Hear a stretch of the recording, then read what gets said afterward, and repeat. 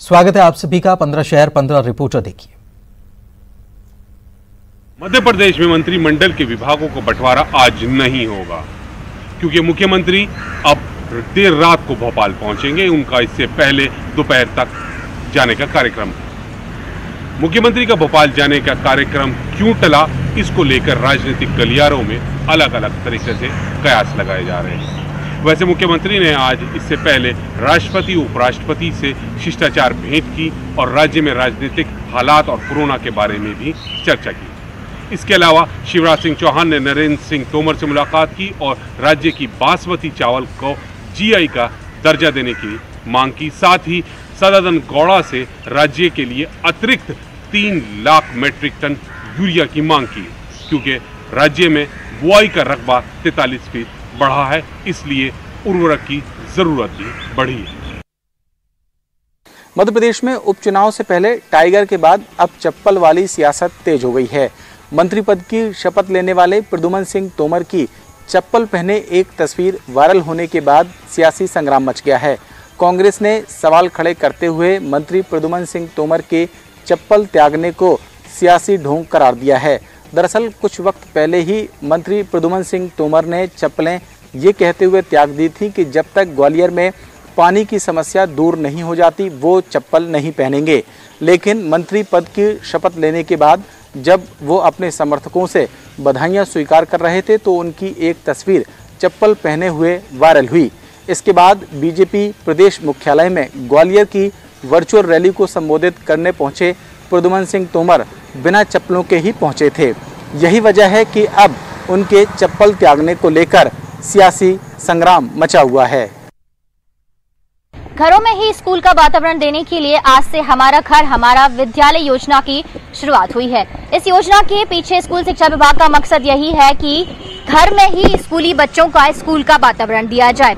यानी आज सुबह 10 बजे जब बच्चों की क्लासेस लगी, ऑनलाइन क्लासेस, तो शिक्षकों ने घंटी बजाकर कक्षा की शुरुआत की। यानी स्कूल में जिस तरह से जब प्रार्थना होती है और उसके बाद जब बच्चे अपनी अपनी कक्षाओं में पहुंचते हैं तो घंटी की आवाज सुनाई देती है, ठीक उसी तरह आज शिक्षकों ने घंटी बजाई और बच्चे ऑनलाइन क्लासेस में व्यवस्थित पढ़ाई करने के लिए पहुंचे। सुबह 10 बजे से कक्षाओं की शुरुआत हुई है जो कि दोपहर 1 बजे तक चली और रोजाना सोमवार से शुक्रवार तक इसी तरह से बच्चों की विषयवार तैयारी करवाई जाएगी। शनिवार के दिन और रविवार के दिन मस्ती की पाठशाला छात्र छात्राओं की आयोजित कराई जाएगी। हालांकि पहली से 8वीं तक के छात्र छात्राओं के लिए इस तरह की व्यवस्थाएं की गई हैं और इससे पहले भी जो ऑनलाइन क्लासेस थी, लेकिन सामान्य तरीके से ऑनलाइन क्लासेस चलाई जा रही थी, लेकिन अब घंटी बजाकर इस तरह से इसकी शुरुआत की गई है। और इस योजना के पीछे मकसद यही है कि बच्चे व्यवस्थित तरीके से स्कूली वातावरण में घर से ही पढ़ाई कर सकें। और इस योजना के तहत शिक्षकों को एक और निर्देश दिए गए हैं कि वो रोजाना करीब 5 से 6 स्कूली बच्चों को फोन लगाकर उनसे संपर्क करेंगे, उनकी समस्याएं जानेंगे। अगर स्कूली छात्र छात्राओं से संपर्क नहीं हो पाता है तो फिर शिक्षकों को उनके घर जाकर संपर्क करना होगा। उत्तर प्रदेश में 8 पुलिसकर्मियों की हत्या कर फरार हुए 2.5 लाख के इनामी बदमाश विकास दुबे के ग्वालियर चंबल अंचल में फरारी काटने की आशंका है। यही वजह है कि अब पुलिस भी अलर्ट हो गई है। उत्तर प्रदेश में 8 पुलिसकर्मियों की हत्या करने वाले 2.5 लाख के इनामी बदमाश विकास दुबे के ग्वालियर चंबल अंचल में पनाह लेने की आशंका है। यही वजह है कि अंचल के ग्वालियर, भिंड और मुरैना जिलों की पुलिस भी सतर्क हो गई है। दरअसल गुरुवार को विकास दुबे ने बिकरू गांव में पुलिस पार्टी पर हमला किया था जिसमें 8 पुलिसकर्मियों की मौके पर मौत हो गई थी जबकि 7 पुलिसकर्मी गंभीर रूप से घायल हुए थे। इस घटनाक्रम के बाद उत्तर प्रदेश पुलिस ने विकास दुबे पर 2.5 लाख रुपए का इनाम घोषित किया है और उसकी तलाश में 25 पुलिस पार्टियां उत्तर प्रदेश सहित अन्य इलाकों पर दबिश दे रही है। हाल ही में विकास दुबे और उसके सहयोगियों के वाहन उत्तर प्रदेश के औरैया इलाके से बरामद हुए थे। ऐसे में यूपी पुलिस को आशंका है कि विकास और उसके साथी पनाह लेने के लिए मध्य प्रदेश के सीमावर्ती जिलों भिंड, मुरैना या ग्वालियर में आ सकते हैं। ऐसे में इनपुट मिलने के बाद अब ग्वालियर चंबल अंचल पुलिस भी सतर्क है और इस पर निगरानी कर रही है। गौरतलब है कि इससे पहले भी उत्तर प्रदेश और राजस्थान के कई फरारी बदमाश ग्वालियर चंबल अंचल से गिरफ्तार हो चुके हैं। ऐसे में अब पुलिस विकास दुबे को लेकर भी खासी सतर्क है। प्रदेश में रेत माफिया बेखौफ हैं। मुरैना और सिंगरौली से रेत माफिया के हमले की खबर सामने आई है। मुरैना जिले में वन विभाग की टीम पर रेत माफिया ने हमला कर दिया। दरअसल पोरसा थाना इलाके के रेंजर दीपक शर्मा को खबर मिली थी कि रावतपुरा गांव के पास अवैध खेत का परिवार चल रहा है। मौके पर पहुंची वन विभाग की टीम ने कार्रवाई कर रेत से भरा ट्रैक्टर ट्रॉली पकड़ लिया। ट्रैक्टर को जब जब्त कर थाने लाया जा रहा था तभी 7 से 8 लोग इकट्ठे हुए और लाठी डंडे पत्थरों के साथ टीम पर हमला बोल दिया। इतना ही नहीं, रेत से भरा ट्रैक्टर ट्रॉली भी छुड़ा ले गए। उधर सिंगरौली में रेत माफिया से जुड़े लोगों ने अवैध रेत का खनन पकड़ने गई माइनिंग टीम पर रॉड कुल्हाड़ी डंडों से हमला कर दिया। इस हमले में माइनिंग इंस्पेक्टर समेत एक आरक्षक घायल हो गया। सभी का ट्रामा सेंटर में इलाज चल रहा है। इस घटना के बाद कलेक्टर ने कड़ी कार्रवाई के निर्देश दे दिए हैं। छतरपुर के ईसानगर थाना क्षेत्र में संदिग्ध घटना सामने आई है, जहां महज 10 रुपए के चाट के विवाद पर भाई ने ही भाई की हत्या कर दी है। छतरपुर में महज 10 रुपए की चाट को लेकर हुए विवाद में इतना बढ़ गया कि युवक ने अपने सगे भाई को ही जान से मार दिया। मामला ईसानगर थाना क्षेत्र का है। यहाँ गुड्डू हर बार अपने घर चाट लेकर आया था और अपने बच्चे को दे दी थी। वह चाट गुड्डू के छोटे भाई ने ले ली। इसके बाद गुड्डू की पत्नी की और छोटे भाइयों के साथ कहासुनी हो गई और दोनों ने उसकी पत्नी के साथ हाथापाई शुरू कर दी। जैसे ही गुड्डू ने अपनी पत्नी को बचाने की कोशिश की तो उसका अपने दोनों भाइयों के साथ विवाद बढ़ गया। विवाद इतना बढ़ गया कि दोनों एक दूसरे की जान लेने पर उतारू हो गए। इसी बीच गुस्से में आकर छोटे भाई राजू और दिलीप अहरवार ने अपने बड़े भाई गुड्डू की सीने पर फावड़े से वार कर दिया और उसकी हत्या कर दी। गुड्डू की पत्नी की शिकायत पर ईसानगर थाना पुलिस ने मामला दर्ज कर अपनी जांच शुरू कर दी है। जैसे ही पुलिस को घटना की जानकारी लगी थी, पुलिस ने मौके पर पहुंचकर जांच शुरू कर दी है। वहीं दोनों भाई अभी फरार बताए जा रहे हैं।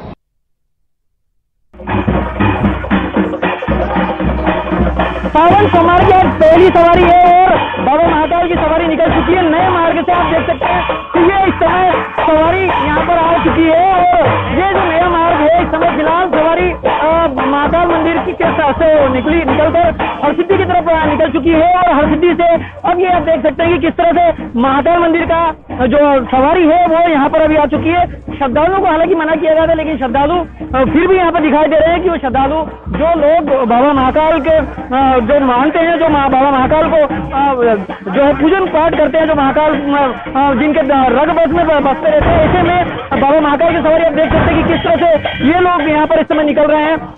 प्रशासनिक अमला, पुलिसकर्मी, सभी वो लोग जो यहाँ पर बाबा महाकाल की यहाँ पर सवारी में दिखाई दे रहे हैं। फिलहाल बताया यही जा रहा है कि जो बाबा महाकाल की सवारी के लिए श्रद्धालुओं को हालांकि मनाही की गई थी कि वो श्रद्धालुओं को यहाँ पर एंट्री नहीं मिलेगी, लेकिन आप देख सकते हैं कि किस तरह से श्रद्धालु जो है फिर भी बाबा महाकाल के दर्शनों के लिए यहाँ पर पहुंच चुके हैं और ये सवारी इस समय यहाँ से निकली है।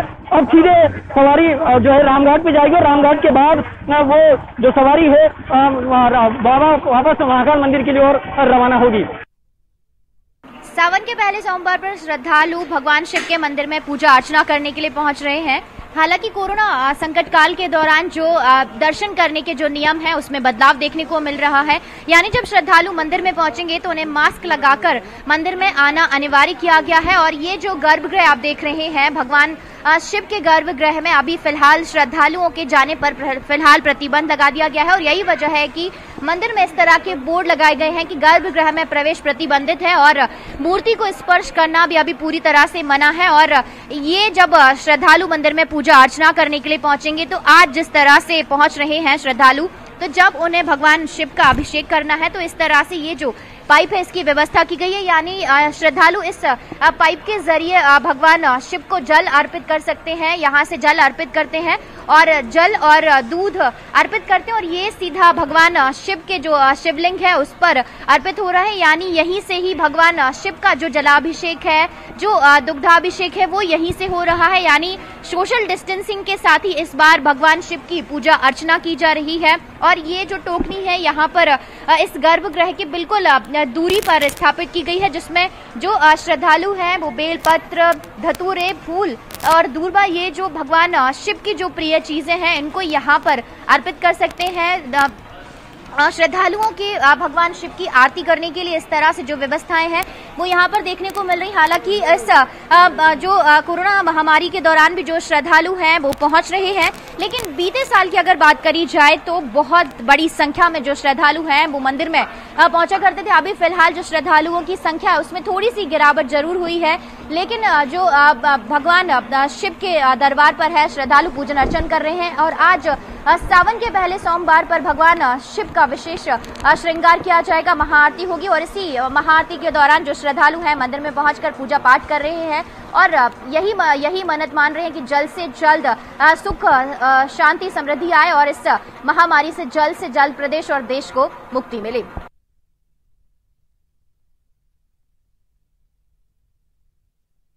पवित्र सावन माह की शुरुआत आज से हुई है। रायपुर के सभी शिवालयों में शिव भक्तों की भीड़ देखने को मिल रही है, लेकिन कोरोना संक्रमण के चलते इस बार अलग व्यवस्था मंदिरों में देखी जा रही है। राजधानी के प्राचीन हटकेश्वर नाथ महादेव में श्रद्धालुओं को सोशल डिस्टेंसिंग का पालन करना पड़ रहा है। साथ ही मंदिर का एंट्री गेट भी बदल दिया गया है। महादेव घाट में इस बार पीछे की तरफ से श्रद्धालुओं को एंट्री दी जा रही है। इसके अलावा कई तरह की पाबंदियां भी लगाई गई हैं। 10-10 की खेप में एक साथ श्रद्धालुओं को मंदिर में जाने दिया जा रहा है।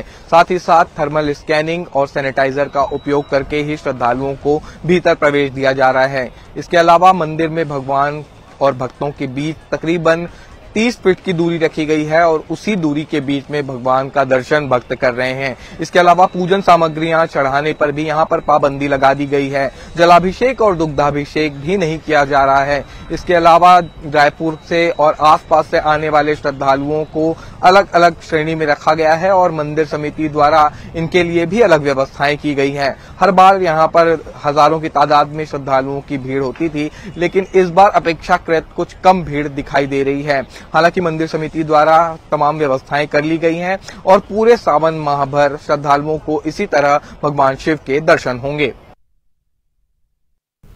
ब्रेक के बाद आपका स्वागत है और एक बड़ी खबर आपको सीहोर से बता रहे हैं, जहां पर दिन दहाड़े 9 लाख रुपए की लूट को अंजाम दिया गया है। अमलाहा टोल के रुपए ले जा रहे टोल कर्मी को लूट लिया गया। सेंधोखेड़ी रोड पर नोटों से भरा बैग लूटा गया है। बाइक सवार बदमाशों ने इस वारदात को अंजाम दिया है। अमलाहा स्थित देवास भोपाल कॉरिडोर का ये पूरा मामला है। एसपी और वरिष्ठ अधिकारियों ने घटनास्थल का मुआयना किया है, निरीक्षण किया है। आष्टा थाना पुलिस अब जांच में जुट गई है। ये तस्वीरें भी, सीसीटीवी तस्वीरें भी इसके सामने आ गई हैं। ये देखिए, ये शख्स जो बैग में रुपए लेकर जा रहा था, 9 लाख रुपए नोटों से भरा बैग जो है उसे लूट लिया गया। सीसीटीवी में एक तस्वीर कैद हुई है। बाइक सवार बदमाशों ने इस घटना को अंजाम दिया। ये वही शख्स है जो नोटों से भरा बैग लेकर जा रहा था। अमलाहा स्थित देवास भोपाल कॉरिडोर की ये घटना है। सीहोर से बड़ी खबर आपको बता रहे हैं। सेंधोखेड़ी रोड पर नोटों से भरा बैग लूट लिया गया। टोल कर्मी को ये लूटा गया है। 9 लाख रुपए की इसमें रकम थी। दिन दहाड़े इस वारदात को अंजाम दिया गया। बाइक सवार बदमाश थे जिन्होंने इस घटना को अंजाम दिया है। अब इस घटना के सामने आने के बाद वरिष्ठ अधिकारी मौके पर पहुंचे, मुआयना किया। देवास भोपाल कॉरिडोर जो है अमलाहा के पास, वहां पर ये पूरी घटना हुई है।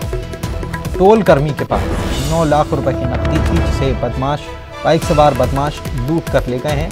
इस घटना के सामने आने के बाद एसपी और पुलिस के वरिष्ठ अधिकारी जो हैं उन्होंने घटनास्थल का मुआयना किया है। आष्टा थाना पुलिस जांच में।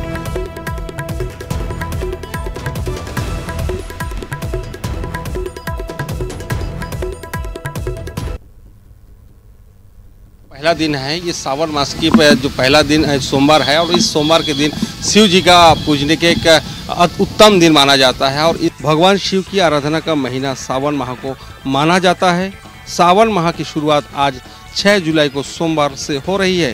कोरोना के चलते मंदिरों में ज़्यादा तामझाम नहीं किया गया है। सादगी रूप से इस बार सावन को मनाए जाने की स्थिति बनी हुई है। धारा 144 लगी होने के कारण भीड़ का एकत्र होना प्रतिबंधित है।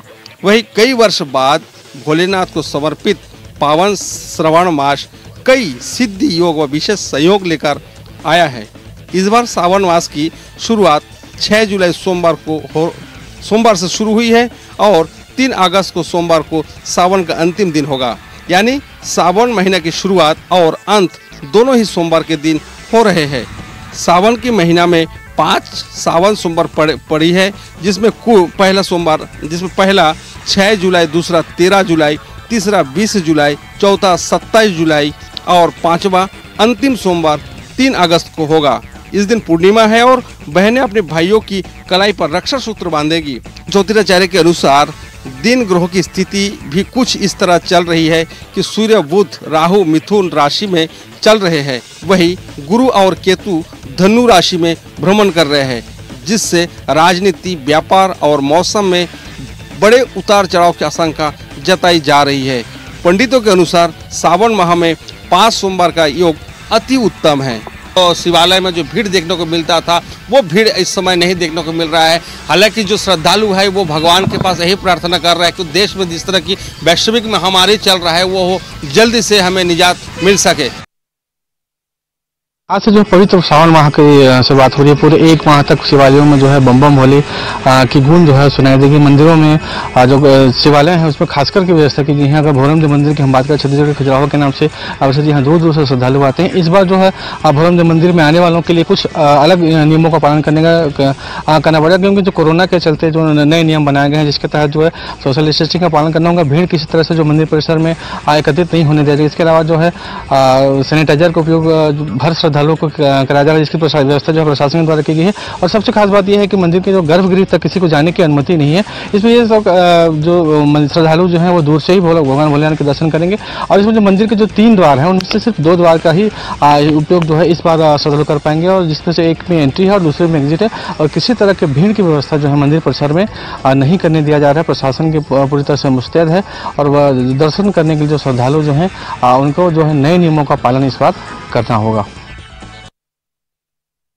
पर्यावरण को हरा भरा और संतुलित बनाए रखने के लिए आज संपूर्ण दुर्ग जिले में एक त्योहार की तरह में आज वन होम वन ट्री अभियान चलाया जा रहा है। मुख्यमंत्री भूपेश बघेल के निर्देशन पर यह पूरा अभियान आरंभ किया गया है, जिसके तहत शहरी क्षेत्र से लेकर ग्रामीण क्षेत्रों तक हर वर्ग के लोग इसमें पौधारोपित कर रहे हैं और पर्यावरण की रक्षा का संकल्प ले रहे हैं। आज चाहे शासकीय भवन हो, अर्धशासकीय भवन हो, चाहे समाज का कोई भी व्यक्ति हो, हर कोई ये पौधा रोपित करके ये संकल्प ले रहा है कि आज हमें प्रकृति की रक्षा करने के लिए पौधे रोपित करना बेहद आवश्यकता है। और यही संकल्प लेकर आज वो पौधा रोपित कर रहे हैं और ये भी संकल्प ले रहे हैं कि किसी तरह से पौधों की हम रक्षा करेंगे और उनको बढ़ाकर पर्यावरण और के संरक्षण में अपना महत्वपूर्ण कदम उठाएंगे। तो मुख्यमंत्री भूपेश बघेल के निर्देशन में ये पूरा जो अभियान जारी है, जिसके तहत में आज हर वर्ग के लोगों ने भाग लिया। और करीब आज दुर्ग जिले की बात किया जाए तो दुर्ग जिले में करीब 1.5 लाख से अधिक पौधे रोपित किए गए। तो ये इस तरह से एक अभियान ये एक मूर्त रूप लेने लगा है और आज मुख्यमंत्री की जो सोच के अनुसार लोग